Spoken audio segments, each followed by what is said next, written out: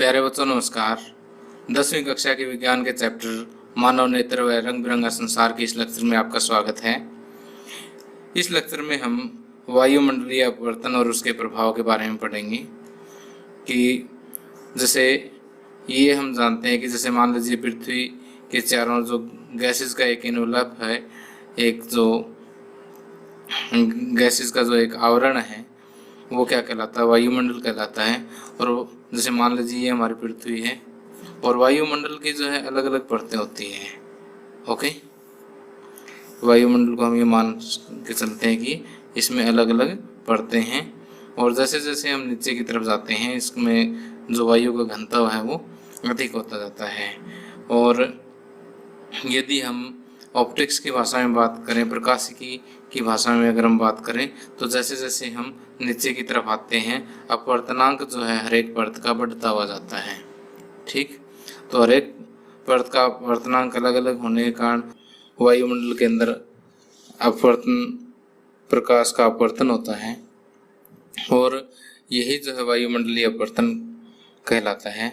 और वायुमंडलीय अपवर्तन के अगर हम प्रभाव देखें तो उसी वायुमंडलीय अपवर्तन की वजह से तारे जो है वो वास्तविक स्थिति से कुछ ऊंचाई पर प्रतीत होते हैं। दूसरे नंबर पर हम अगर देखें तो सूर्य जो है वो अग्रिम सूर्योदय और विलंबित सूर्यास्त, यानी सूर्योदय जो है 2 मिनट आपको सूर्य उदय होने से 2 मिनट पहले दिखाई देने लग जाता है, सूर्यास्त होने के 2 मिनट बाद तक दिखाई देता। और तीसरे नंबर पे हम पढ़ेंगे तारों का टिमटिमाना। तो ये 3 बहुत ही इंपॉर्टेंट कंसेप्ट है और वैसे इंटरेस्टिंग भी है, एग्जामिनेशन पॉइंट ऑफ व्यू से भी इम्पोर्टेंट है, तो इनको हम पढ़ते हैं। तो अब आइए समझते हैं कि तारे जो अपनी वास्तविक ऊंचाई से कुछ ऊंचे कैसे प्रतीत होते हैं। तो ये समझने के लिए जैसे मान लीजिए कि ये हमारी अर्थ है, पृथ्वी है और ये इसके चारों तरफ वायुमंडल है। एक बार समझने के लिए मैं बस इतनी परतें दिखा देता हूँ। तो जैसे मान लीजिए यहाँ पर हमारे पास कोई तारा है और जैसे यहाँ से प्रकाश की किरण ऐसे आएगी तो विरल माध्यम से सघन, जैसे जैसे नीचे की तरफ आते हैं माध्यम सघन होता जाता है, अपवर्तनांक बढ़ता जाता है। विरल माध्यम से सघन माध्यम में आएंगे तो अभिलंब यहाँ से जाने के बजाय अभिलंब की तरफ मुड़ जाएगी। इसी तरह से ये अभिलंब की तरफ मुड़ती जाती है। ओके, और जैसे यहाँ पृथ्वी पर कोई प्रेक्षक है तो उसको ऐसे नजर आएगा कि ये तारा यहाँ कहीं है, तो तारा था यहाँ पर और दिखे कुछ ज़्यादा ऊंचाई पर। ठीक, तो वास्तव में ये जो अपवर्तनांक है ये ग्रेजुअल है। ग्रेजुअल का मतलब है कि कंटिन्यूअस इसमें चेंजिंग होती रहती है। ठीक, तो ये चित्र जो है हम कुछ इस तरह से दिखाएंगे, इस तरह से यूँ लगातार। ओके, तो यहाँ पर जैसे मैं नोट्स में इसको साफ साफ दिखाया हुआ है कि ये जैसे तारा है और यहाँ पर ग्रेजुअल इसका यानी परिवर्ती ये जो है क्रमिक इसमें अपवर्तन होता रहता है, लगातार इसमें अपवर्तन होता रहता है, जिसकी वजह से ये मार्ग जो है कुछ इस तरह से देखने वाले को लगेगा कि तारा यहाँ पर है।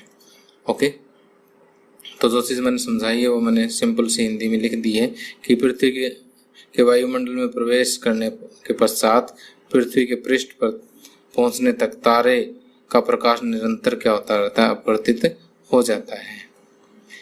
तो वायुमंडलीय अपवर्तन उसी माध्यम में होता है जिसका क्रमिक अपवर्तनांक हो, यानी उसमें क्रम से बढ़ता हुआ अपवर्तनांक हो।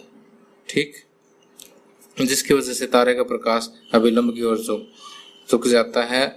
और अगर हम क्षितिज के नज़दीक यानी पृथ्वी के नज़दीक अगर हम इसको देखें तो तारा देखने पर अपनी वास्तविक स्थिति से कुछ ऊंचाई पर दिखाई देता है। ओके,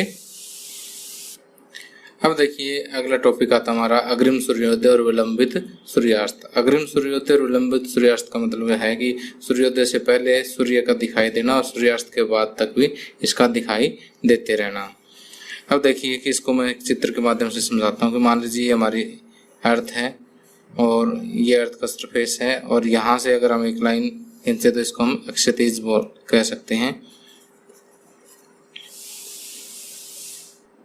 अब देखिए वास्तव में सूर्य जब यहाँ क्षितिज पर आ जाए तब हमें दिखाई देना चाहिए, लेकिन वास्तव में जब सूर्य क्षितिज से कुछ नीचे होता है, मान लीजिए कि सूर्य है, ये हमें तभी दिखाई देने लग जाता है। किस वजह से?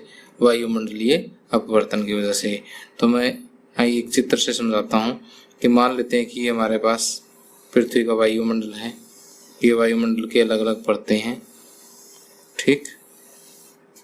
तो जैसे सूर्य का प्रकाश इस तरह से आता है तो ये विरल माध्यम से सघन माध्यम में जाएगा, क्योंकि जैसे जैसे सूर्य के नज़दीक, अर्थ के सरफेस के नज़दीक आते हैं, वायुमंडल की परत सघन होती जाती है, तो ये सीधा जाने के बजाय अपन अभिलंब की तरफ मुड़ जाएगा थोड़ा सा, ठीक, और फिर ये अभिलंब की तरफ मुड़ेगा, ओके, और फिर ये अभिलंब की तरफ मुड़ेगा। तो यहाँ पर अगर कोई प्रेक्षक है तो उसको ये सूर्य जो है यहाँ कहीं दिखाई देगा। तो सूर्य अभी अर्थ से क्षितिज से नीचे है, लेकिन वायुमंडलीय परावर्तन की वजह से ये आपको ऊपर दिखाई देगा। तो यहाँ पर नोट्स में मैंने जो है अलग अलग परतें नहीं दिखाई है, क्योंकि ये जो अपवर्तन होता है ग्रेजुअल होता है, कि लगातार होता है इस तरह से, ठीक। तो इसका चित्र मैंने सीधा बना दिया। ठीक उसी तरह से सूर्यास्त जब यहाँ पर होता है तब भी सेम स्टोरी रिपीट होती है, ठीक, वही इसका परावर्तन, ओके, और ठीक उसी तरह से ये सूर्यास्त के बाद भी 2 मिनट तक दिखाई देते रहता है। तो 2 मिनट तो यहाँ प्लस हो गए, 2 मिनट यहाँ प्लस हो गए, तो कुल मिला करके 4 मिनट जो आपको सूर्य पूरे दिन में फालतू दिखाई देता है। दिन की लंबाई जो है वो 4 मिनट बढ़ जाती है। किसकी वजह से? वायुमंडलीय परावर्तन की अपवर्तन की वजह से, ओके। तो यहाँ पर देखिए मैंने बिल्कुल सिंपल सी भाषा में लिखा है कि जब सूर्योदय होने लगता है तो उससे पूर्व सूर्य के आने वाली किरणें वायुमंडल के विभिन्न घनत्वों की परतों में से अपवर्तित होती है, ओके। और जैसे जैसे हम पृथ्वी की सतह से ऊपर उठते हैं तो वायुमंडल का घनत्व क्या होता जाता है? कम होता जाता है, और सूर्य की किरणें पृथ्वी के वायुमंडल में बाहर से आते हुए उत्तरोत्तर सघन माध्यम की ओर गमन करती है। परिणाम स्वरूप ये किरणें विलंब की ओर झुक जाती है। इसी कारण सूर्य क्षितिज से थोड़ा नीचे होता है, तभी हमें दिखाई देने लग जाता है, और इसी कारण से सूर्यास्त के कुछ देर बाद तक भी सूर्य दिखाई देता रहता है, ओके। अब हमारा अगला टॉपिक है तारों का टिमटिमाना, यानी तारे हमें टिमटिमाते हुए दिखाई क्यों देते हैं। अब ये समझने से पहले जो है, अभी आपने कई बार देखा होगा कि जैसे मान लीजिए यहाँ पर कोई भट्ठी जल रही है, ओके, और भट्ठी से जो है आग या उसके भाप की जो लपटें हैं, मान लीजिए यहाँ तक आग है, उसके ऊपर जो है आप जो गर्म हवा को देख सकते हैं। और जब आप इस गर्म हवा के अंदर से अगर कोई चीज़ आप देखोगे, मान लीजिए कि यहाँ पर कोई वस्तु पड़ी है या कोई दूसरा व्यक्ति खड़ा है, यहाँ से आप इसको देख रहे हैं, ठीक, तो आपको इसकी आभासी स्थिति जो है वो परिवर्तित होती हुई दिखाई देगी, यानी थोड़ा सा हिलता हुआ सा नजर आएगा, ठीक। ऐसा क्यों होता है? क्योंकि जैसे हमारे ऊपर, जैसे ये हम खड़े हैं यहाँ पर, हमारे ऊपर जो वायु है वो ठंडी है, तो देख सघन है, सिंपल सी बात है। और जो इस आग के ऊपर जो वायु है वो गर्म है, तो इसका मतलब वो विरल है, उसके कण दूर दूर होंगे, और वो भी लगातार चेंज होता जाता है, ठीक, इसका माध्यम भी। तो जैसे हम यहाँ से इस वस्तु को देखते हैं तो प्रकाश का अपवर्तन होता है, सघन से विरल में जाएगी, फिर विरल से वापस सघन में जाएगी, और फिर यहाँ पर ये चेंजिंग है लगातार, ठीक। तो इस वस्तु की वास्तविक स्थिति जो थोड़ी सी चेंज होती जाएगी, कभी थोड़ा सा इधर दिखेगी, कभी इधर दिखेगी, ठीक। तो हम ये कहते हैं गर्म वायु में से होकर देखने पर वस्तु की आभासी स्थिति क्या होती रहती है? परिवर्तित होती रहती है। तो सेम ऐसी ही स्टोरी जो है तारों के टिमटिमाने में जो है वो होती है कि अगर तारा कोई दूर है तो इसका मतलब वो उसको हम एक पॉइंट सोर्स मान सकते हैं, एक बिंदु के समान मान सकते हैं, ठीक। और जो तारों से जो प्रकाश आता है वो उसका पथ भी क्या है, थोड़ा थोड़ा परिवर्तित होता रहेगा, ठीक। क्यों होता रहेगा? क्योंकि जो वायुमंडल की जो लेयर है वो उनका घनत्व कोई फिक्स तो है नहीं, वो भी थोड़ा बहुत चेंज होता ही है।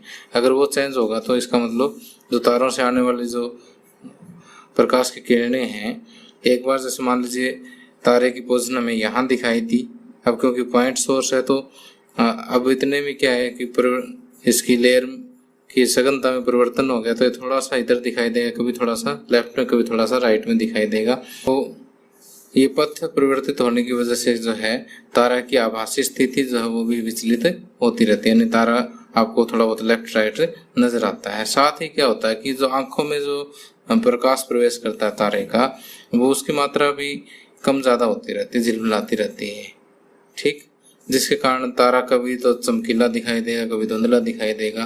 तो उस वजह से हम ये कह सकते हैं कि तारा जो हमें टिमटिमाता हुआ दिखाई देता है, ठीक। अब क्वेश्चन ये उठता है कि तारा तो टिमटिमाता, लेकिन ग्रह क्यों नहीं टिमटिमाते?